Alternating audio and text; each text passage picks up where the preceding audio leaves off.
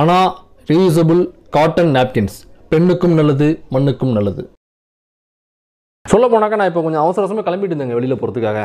சில பல இன்டர்வியூஸ் இருக்குது, சில பேர் சந்திக்கணும்.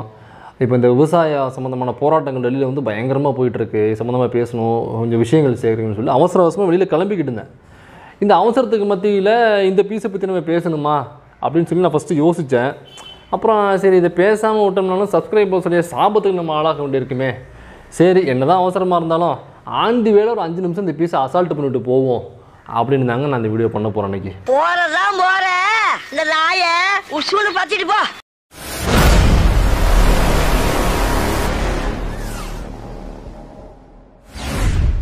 இன்றைக்கி ஒரு விடுகதையோடு அந்த ஷோவை ஆரம்பிக்கலான் இருக்கேன். இந்த விடுகதைக்கு பதில் தெரிஞ்சவங்க தயவுசெய்து கமெண்ட்டில் வந்து பதில் சொல்லுங்கள்.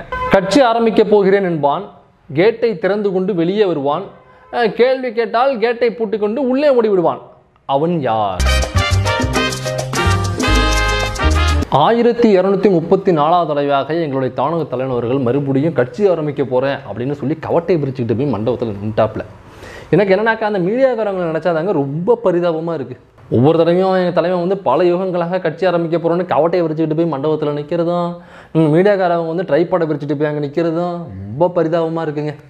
எனக்கு ஒரு டவுட்டுங்க, இந்த மீடியாக்காரவங்கெல்லாம் வந்து என் தலைமை கட்சி ஆரம்பிக்க போகிறோம் அப்படின்னு சொல்கிற மீட்டிங்கில் வந்து அப்பப்போ போய் ஃபுட்டேஜ் ஷூட் பண்ணிட்டு வந்து போடுறீங்களா, அல்லது ஃபஸ்ட் டைம் சொல்கிறார் பார்த்தீங்களா மண்டபத்தில், வெரி ஃபஸ்ட் டைம் பல யுகங்களுக்கு முன்னாடி அதே ஃபுட்டேஜை இன்னைய வரைக்கும் நீங்கள் பயன்படுத்துகிறீங்களா அப்படிங்கிற டவுட்டு தான் எனக்கு. ஏன்னாங்க உக்காளி ஒரு வார்த்தை கூட அச்சு பேசுகிறாமல் என் தலைமை அப்படியே அடிக்கிறாங்க, அதே சேம் டைலாக் பேப்பர் மாற்றவே இல்லை. ஃபஸ்ட் டைம் நாக்பூர்லேருந்து அந்த டைலாக் அப்படியே தலைவன் அடிச்சிட்டு இருக்காப்லன்னு நினைக்கிறேன். எப்படி தலைவன் அந்த டைலாக் பேப்பரை நீங்கள் வந்து பத்திரப்படுத்தி வைக்கிறீங்க? எப்படி பல ஜெராக்ஸ் போட்டு பல காப்பிகள் வச்சுருப்பீங்களோ? ஏன்னா மடித்து வச்சோம்னாக்கா அந்த மடிப்பில் கிளியும், அதெல்லாம் எல்லாம் பார்த்துக்கிறீங்களா? பத்திரப்படுத்தி வச்சு தலைவா, ஏன்னா இன்னும் ஏகப்பட்ட வருஷம் இது தேவைப்படும். அப்புறம் இந்த மீடியாக்காரங்களுக்கு நான் ஒரு சின்ன ஐடியா சொல்கிறேங்க. ஏன்னா மீடியாவில் இருக்கிறீங்க, நீங்கள் கேமராமேனாக இருக்கட்டும், ரிப்போர்ட்டாக இருக்கட்டும், உங்களுடைய பணி வந்து ரொம்ப மெச்ச வேண்டிய பணி, சமூகத்துக்கு தேவைப்படுற பணி. அதனால் உங்களுடைய பணிக்கு நான் வந்து தலைவணங்குறேன். சும்மா வேஸ்ட்டாக இதில் போய் டயத்தை வேஸ்ட் பண்ணாதீங்க. ஃபஸ்ட் டைம் ஒரு ஃபுட்டேஜ் எடுக்கிறீங்களே, அதை வந்து என்ன பண்ணுறீங்க, எடுத்து வச்சுக்கிட்டு டேட்டை மட்டும் மாற்றிங்க. ஒரு 20 வருஷத்துக்கு டேட்டை மட்டும் 20 வருஷம் தாங்குமா தெரியல, இருந்தாலும் நாம் நல்லதே நினைப்போம். நீங்கள் அந்த இப்போ ஒரு ஃபுட்டேஜ் எடுத்துகிட்டு 20 வருஷத்துக்கு டேட்டை மாற்றிங்க. அப்புறம் அனிமேஷன் மட்டும் கொஞ்சம் கொஞ்சம் மாற்றிக்கிட்டு இந்த ஃப்ளாஷ் நியூஸ் போடும்போது அது வந்து அந்த பிஜிஎம்லாம் போட்டுக்கிட்டு 20 வருஷத்துக்கு எல்லாம் டெம்ப்ளேட்டாக வச்சுங்க தலைவா. அதை எப்போ தேவைப்படுதோ அப்படியே டேட்டை போட்டு இறக்கிங்க உள்ள, அவ்வளோதானே. என்ன சேம் டைலாக் என்ன புதுசாக பேச போகிறாப்புல?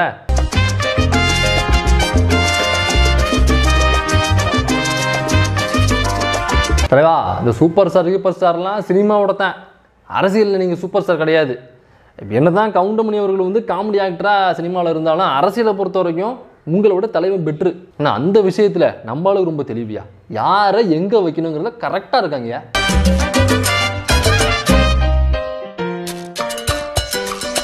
ஊரில் ஒரு பழமொழி சொல்லுவாங்கங்க, எவ்வளோ பெரிய கட் அவுட்டாக இருந்தாலும் அதை ஒரு நாள் கலட்டி வீச வேண்டியதாண்டா அப்படின்னு சொல்லுவாங்க. ஆனால் இந்த கட் அவுட்டை பொறுத்த வரைக்கும் நாம் கலட்ட வேண்டியதில்லை, அதுவே கொஞ்சம் கொஞ்சமாக கலந்துக்கிட்டு தான் இருக்குது. ஜாயிண்ட் சரியில்லைல்ல, சேர்க்க சரியில்லைல்ல, அதை சொன்னேன். நீங்கள் எதுவும் ஃபிசிக்கலாக தப்பாக எடுத்துக்காதீங்க.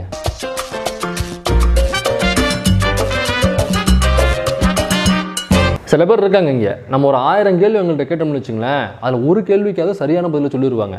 இன்னும் சில பேர் இருக்காங்க அந்த ஒரு கேள்விக்குமே பதில் தெரியாதவங்களாம் இருப்பான். ஆனால் தலைவன் அதில் வேறு லெவலு. ஒரே கேள்வி 1000 தடவை திருப்பி கேட்டாலும் தலைவன் மேலேருந்து ஒரு வார்த்தை கூட பிடுங்க முடியாது. ஒரு கேள்வியை கூட தலைவன் எதிர்கொள்ளலைங்க. ஏங்க வந்தால் கேள்விக்கு பதில் சொல்லணும்ல, ஏதோ மனப்பாடம் பண்ணிட்டு வர்றாப்புல, கேட்டை திறந்துட்டு மனப்பாடத்தை அப்படியே ஒப்பிச்சுட்டு அப்படியே போயிடுறாப்புல, வர்றாப்புல கட்சி ஆரம்பிக்க போகிறாங்கிறாப்புல, கேள்வி கேட்டால் கேட்டை போயிட்டு உள்ளே ஓடிடுறாப்புல.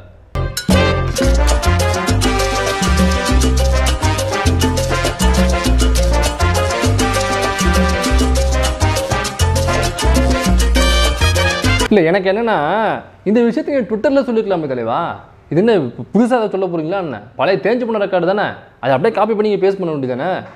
இது அதுக்கு தேவையில்லாமல் இத்தனை ப்ரெஸ் பீப்புளை கூப்பிட்டு அவங்களோட நேரத்தை வேஸ்ட் பண்ணி, இவ்வளோ மக்கள் ஃபேன்ஸுங்கிற பேரில் இருக்கிறவங்கெல்லாம் கூப்பிட்டு அவங்களோட டயத்தை வேஸ்ட் பண்ணி, என்ன புதுசாக சொல்லி கழிச்சு விட்டீங்க, என்ன தர தள்ளி விட்டீங்க, நீங்கள் எதுக்கு இவ்வளோ பெரிய கூட்டம், எதுக்கு இவ்வளோ அலப்புறேன்னு நான் முதல்ல கேட்குறேன். ஏங்க மற்ற விஷயத்துக்கு மட்டும் வேகமாக ஓடி வந்து உங்களோட கருத்தை சொல்கிறீங்கல்ல, காவிரி பிரச்சனையில் இந்த போலீஸ்காரங்க அடித்து பிரச்சனையானதில் என்ன சொன்னீங்க, ஓடி வந்து போலீஸ்காரங்க அவங்கள ஃபஸ்ட் அடிச்சாங்க, அதுக்கப்புறம் தான் போலீஸ்காரங்க அடிச்சாங்க அதுக்கு கலர் மார்ச் சொன்னீங்களா ஃபர்ஸ்ட் கருத்தை? இப்போ சொல்லுங்கள், உங்கள் கருத்தை சொல்லுங்கள். கட்சி ஆரம்பிக்க போகிறீங்களா இல்லையா? ஸ்டெர்லைட் பிரச்சனையில் வேகமாக ஓடி வந்து உங்களை கருத்தை சொன்னீங்க. அந்த சமூக விரோதிகள் உள்ள அடிச்சாங்க, அதுக்கப்புறம் தான் கலர் மார்ச். அந்த சமூக விரோதிகள் சொன்னீங்கல்ல, உங்கள் கருத்தை சொல்லுங்கள். கட்சி ஆரம்பிக்க போகிறீங்களா இல்லையாங்கிறது உங்கள் கருத்து, நீங்கள் தானே சொல்லணும். சொல்லுங்கள்.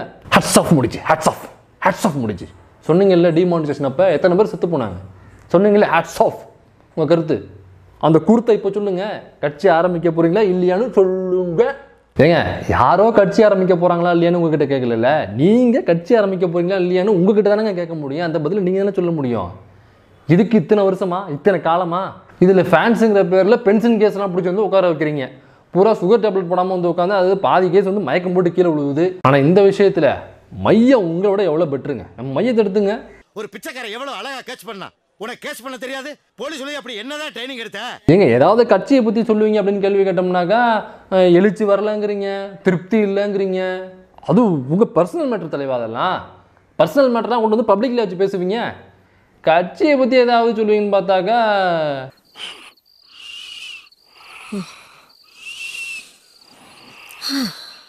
ஆனால் தலைவா, இந்த முடிவு எடுக்கிறதுல உங்களை தட்டிக்கு ஆளே கிடையாது தலைவா. அதை நான் எப்போ முடிவு பண்ணேன் தலைவா? நான் எப்போ திரும்ப முடிவு பண்ணேன்? கட்சி எப்போ ஆரம்பிக்க போகிறேன் அப்படிங்கிறத முடிவு பண்ணலாம் அப்படின்னு ஒரு முடிவுக்கு வந்துட்டேன் அப்படின்னு சொன்னீங்க பார்த்தீங்களா? வேற லெவல் தலைவா. நீங்கள் வேற லெவல். ஏண்டா இந்த ஊர் இன்னமுமா நம்மளை நம்பிக்கிட்டு இருக்கு? அது அவனுக்கு வீதி. எனக்கு ஒரு டவுட்டு தலைவா. நீ வெளியில் வந்து உங்களை பற்றி பயங்கரமாக கிண்டல் கிளி நக்கல் நைண்டி பண்ணி கைகுட்டி சிரிக்கிறாங்களே, அதெல்லாம் உங்கள் காதுக்கு எதுவும் வருதா? இல்லை அது காதா இல்லை வேறு எதுவுமா? இந்த ஃபோட்டோவை பார்த்தோன்னா பல பேருக்கு ஒரு கேள்வி விடும். என்னடா அது நியூஸு வந்து புது நியூஸாக இருக்குது, ஆனால் தலைவனோட ஃபோட்டோ பழசாக இருக்குது அப்படின்னு தோணும். அதெல்லாம் கிடையாதுங்க. நியூஸும் பழசு தான், தலைவனும் பழசு தான், தலைவனோட ஃபோட்டோவும் பழசு தான். அதில் வருஷத்துக்கு அவனுக்கு 92 அப்பத்துலேருந்து தலைவன் இன்னைய வரைக்குமே வந்து ஆரம்பிக்க போகிறேன்னு இன்னமும் ஆரம்பிக்க போகிறேன்னு தான் சொல்லிகிட்டு இருக்காப்புல.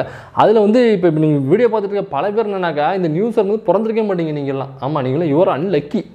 But I am lucky guy, you know. I am 92 நான் இருக்கேன். எனக்கு 5 வயசு இப்போ. அதனால் 5 வயசுலேருந்து இன்னைய வரைக்கும் தலைவன் அதே தான். காதுகள் பாவம் இல்லையா? 30 வருஷத்துக்கு முன்னால கல்யாணம் ஆக வேண்டியவன் இன்னும் கோலம் போட்டுக்கிட்டு இருக்கான். இந்த லட்சணத்துல நான் அவளை கெடுத்து விட்டேன். தலைவா, உங்களுக்கு ஒரு யோசனை சொல்கிறேன். தயவு செய்து இந்த குறுக்கு புத்திக்கிட்ட அதான் அந்த அவர்கிட்ட தயவு செய்து ஐடியா கேட்காதீங்க தலைவா. எனக்கு அவங்கள்ட்ட ஐடியா கேட்டு தான் ரிசர்வ் பேங்கை நக்கிக்கிட்டு போய் உட்காந்துருக்கு. இப்போ கொஞ்சம் கவனமாக இருந்துக்கிடுங்க. ஏன்னாக்கா சின்ன வயசுலேருந்து உங்களை பார்த்து நாங்கள் வளர்ந்துட்டோம். சின்ன வயசுல இந்த பாருங்க அப்படியே பண்ணி பழகிட்டோமா, அதனுடைய அக்கறையில் அவங்களுக்கு சொல்கிறேன். இவ்வளோ கிண்டல் கேள்வி நக்கல் ஏண்டிலாம் வரும்னு தெரிஞ்சுக்கிட்டு தான் தலைவன் வந்து மறுபடியும் அந்த ஸ்டேட்மெண்ட் கொடுக்குறாப்புலங்கிறது எனக்கு தெரியும். ஏன்னா தலைவா ஐநோ தலைவா, புது படம் சைன் பண்ணியிருக்கீங்களா? இன்னும் கொஞ்சம் நாளில் வந்து சொல்லுவீங்க இந்த புது படம் சூப்பர் ஸ்டார் ரஜினிகாந்த் நடிக்கும் இந்த படம் வரப்போகுது அப்படின்னு சொல்லி. அதானே தலைவா? அதுக்கான ஒரு முன்னோட்டம் இது அதானே? ஐநோ தலைவா, ஐநோ. ஏன் தலைவா, உங்கள் ரசிகர்கள்லாம் இங்கே தூரத்துலேருந்து காரு வேன்லாம் வாடகைக்கெல்லாம் போட்டு எடுத்துகிட்டு வந்துருக்காங்க தலைவா. அவங்களுக்காவது நீங்கள் ஒரு நல்ல செய்தி சொல்லியிருக்கலாம்ல. நம்ம கிரிக்கெட் மேட்ச் லைவ்ல பார்த்துருப்போம். பார்க்கும்பொழுது வந்து இவங்க ஜெயிப்பாங்க இல்லை இவங்க தோப்பாங்கன்னு சொல்லுவோம். ஏதோ ஒரு டீம் ஜெயிக்கும், ஏதோ ஒரு டீம் தோக்கணும்னு வச்சுங்களேன். மறுநாள் ஹைலைட்ஸ் போடுவாங்க. அன்னைக்கு என்ன நடந்துச்சோ அதே தான் மறுநாள் கால ஹைலைட்ஸ்லையும் நடக்க போகுது இந்த மேட்ச்சில். ஆனால் அந்த ஹைலைட்ஸையும் விரித்தனமாக உட்காந்து பார்த்துட்டு இருப்பாங்க. ரொம்ப இன்ட்ரெஸ்டிங்காக 4-6 அவுட்லாம் வந்து கைத்தட்டலாம் விசிறிச்சலாம் பார்த்துட்டு இருப்பாங்க.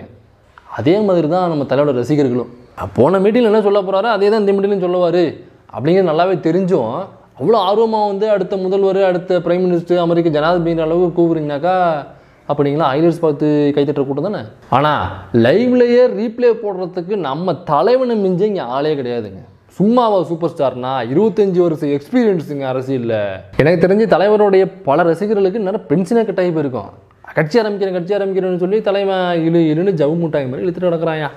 ஆனால் இன்னொரு பக்கம் இவர் ஆரம்பிக்கிறாரா இல்லையா, இன்னொரு பக்கம் நம்ம தலைவனுடைய பேரை சொல்லி நம்ம குட்டி பக்கவதி இருக்காப்லையே. அவர் ஒரு பக்கம் தலைவன் சிஎம் ஆனால் நான் தான் இந்த அமைச்சர் அந்த அமைச்சர் அளவுக்கு பயங்கரமாக பில்டப் போட்டு தலைவனை எகிரி ஏற்றி உட்கார வச்சு ஏன் கேட்குறீங்க? நம்ம இவர் தான் சாய்ராம். இந்த சாய்ராம் ஒரு பக்கம் தோல் ஏறி காதில் தான் விட்டுட்டு இருக்கானாக்கா, இன்னொருத்தர் நம்ம நட்ட நடு சென்ட்ரு நம்ம ஜெர்னலிஸ்ட் ஒரு பக்கம் அவரு அளப்புறோன்னா ஐயோ கருத்து கணிப்பு எடுக்கிறதுனா குருத்து கணிப்பு எடுக்கிறதுனா ஐயோ தாண்டி தலைவரப்போ வந்து அதுக்கு நம்ம வீடியோ போட்டிருக்கோம், பார்க்காதவங்க பாருங்கள். அவர் இந்த பக்கம் தோல் ஏறி உட்காந்துடுறாப்புல, குட்டி பக்கம் இந்த பக்கம் ஏறி உட்காந்துடுறாப்புல. காதுகள் பாவம் இல்லையா? நம்ம ஜெர்னலிஸ்ட் போட்ட வீடியோவுக்கு நம்ம ஒரு அட்மிட் டாக்ஸ் போட்டிருக்கோம், பார்க்காதவங்க பாருங்கள். இன்டர்லியும் டிஸ்கிரிப்ஷனில் லிங்கை போடுறேன். ஏப்பா குட்டி பகவதி ஏப்பா ஜீனியர் ஜெர்னலிஸ்ட்டு, இதெல்லாம் ஒரு பொழப்பாயா? நீ வாங்குற இந்த 10-5 பிச்சைக்கு இது தேவைதானா? இல்லை, அப்படி அரசியலுக்கு வந்து அவர் எண்ணத்தை அப்படி கலட்ட போகிறாப்புல, அப்படி எண்ணத்தை அறுத்து தள்ள போகிறாப்புலன்னு நான் கேட்குறேன். ஏங்க அரசியல் என்ன நினச்சிட்டு இருக்காப்புல அவர்? ஏதோ விடிய காலில் இந்த ப்ரொடியூசர் வீட்டு காலில் காலிங் விழிச்சிட்டு நீங்கள் முழிக்கிற வரைக்கும் அவர் வெயிட் பண்ணி முழிச்சதுக்கப்புறம் உள்ளே வந்து உங்கள் கையில் அட்வான்ஸ் கொடுத்துட்டு சைன் பண்ணிட்டு போவாங்க, அதுன்னு நினச்சிக்கலாம் நீங்கள்? இப்போ அரசியல் தலைவாது மணிக்கணக்காக நின்று பிரச்சாரங்கள் பண்ணணும், ஊரில் மணிக்கணக்காக தொண்டை காய நீங்கள் கத்தணும், மக்களை விழிப்புணர்வுப்படுத்தணும். நீங்கள் யாரும் நம்மளுக்கு தெரியப்படணும், கட்சியாரும் தெரியப்படுத்தணும், கொள்கை என்னென்னு தெரியப்படுத்தணும். கொள்கை என்னென்னா தலை சுத்துன்னு சொல்லக்கூடாது, அவன் தலைவன் கிடையாது. முதல்ல ஏசுரி மூட்டு வெளில வரணும், தலைவா நீங்கள் அரசியல் புரிஞ்சுக்கணும். ஏசுரி மூட்டு வெளில வரணும், வெளில வந்ததுக்கப்புறம் மக்கள் மத்தியில் நின்று பேசணும், மணிக்கணக்காக பேசணும், அரசியல் என்னென்னு புரிய வைக்கணும், எதிர்கட்சிகளுடைய விஷயங்களை அம்பலப்படுத்தணும், அட்ராசிட்டிகளை அம்பலப்படுத்தணும், போராட்டங்கள் பண்ணணும், புரட்சிகள் பண்ணணும், மக்களை ஒன்றிணைக்கணும், கற்பிக்கணும். ஏகப்பட்ட விஷயம் இருக்குது தலைவா. நீங்கள் நினைக்கிற மாதிரி ஏதோ கேரவனுக்குள்ளே உட்காந்துக்கிட்டு ஒரு ட்விட்டரில் ஒரு ட்விட் போட்டுக்கிட்டு அப்படிலாம் பண்ண முடியாது தலைவா. இதில் மக்களாகி நீங்கள் ஒரு விஷயத்தை ரொம்ப தெளிவாக புரிஞ்சுக்கணுங்க. இந்த மாதிரி கொஞ்சம் ஹைப்பில் ஒரு ஐக்கானாக இருக்கிறவங்கள வந்து அப்பப்போ உள்ள ஆளுங்கட்சிகள் அவங்களுக்கு ப்ரெஷர் கொடுத்து அவங்களுக்கு சப்போர்ட்டாக பேச சொல்லும், அல்லது கட்சி ஆரம்பிக்க சொல்லும், அல்லது எங்களுக்கு சப்போர்ட் பண்ணுங்கன்னு சொல்லும், அல்லது எங்கள்கிட்ட வந்து நீங்கள் கேண்டிடேட்டாக நீங்கள் நில்லுங்க அப்படின்னு சொல்லி பல அழுத்தங்கள் கொடுக்கும். அந்த அழுத்தங்களுக்கு நீங்கள் இசையில் அப்படின்னாக்க என்ன பண்ணுவாங்கனாக்கா உங்கள் மேலே வழக்கு போடுவாங்க, ரைடு விடுவாங்க, தேவையில்லாத சர்ச்சைகளை கிளப்புவாங்க, மிரட்டுவாங்க. அவங்களுக்கு உள்ள அந்த அதிகாரத்தை வச்சு உங்களை மிரட்டத்தான் செய்வாங்க. அதுக்கு வந்து சில பேர் அடிபணிஞ்சு போவாங்க, சில பேர் எதிர்த்து நிற்பாங்க. ஸோ இந்த மாதிரி விஷயங்கள்லாம் நடக்கும். ஸோ அதனால் இப்படி அந்த அழுத்தங்களுக்கு அடிபணிந்து போகிற ஒருவரை வந்து நம்ம கண்டுக்காமலும் போக முடியாது. ஏன்னா பாதிக்கப்பட போகிறது நான் தலைவா. நீங்கள் ஏசி ரூமுக்குள்ளே உட்காந்துக்கிட்டு கேரவனுக்குள்ளே உட்காந்துட்டு ஈஸியாக சொல்லிட்டு போயிடுவீங்க. ஆனால் ரோட்டில் நின்று கஷ்டப்பட போகிறது நான், என் ஊருக்கு ரோடு இல்லாமல் கஷ்டப்பட போகிறது நான், தண்ணி வராமல் கஷ்டப்பட போகிறது நான், சோறு இல்லாமல் கஷ்டப்பட போகிறது நான். ஸோ நான் பேசித்தான் ஆகணும். பர்சனல் மேட்டரில் நீங்கள் பாலிடிக்ஸ் பண்ணிக்கலாம், ஆனால் பாலிடிக்ஸ்குள்ளே பர்சனல் மேட்டரை கலக்கக்கூடாது தலைவா. சும்மா ஒரு பஞ்சு சொல்லி முடிக்கலாமா அப்படின்னு தோணுச்சு, அதனால் அப்படியே ரைமிங்காக டைம் வேறு அடிச்சுட்டேன். நம்ம தலைவர் வரணும் சாய்ராம்.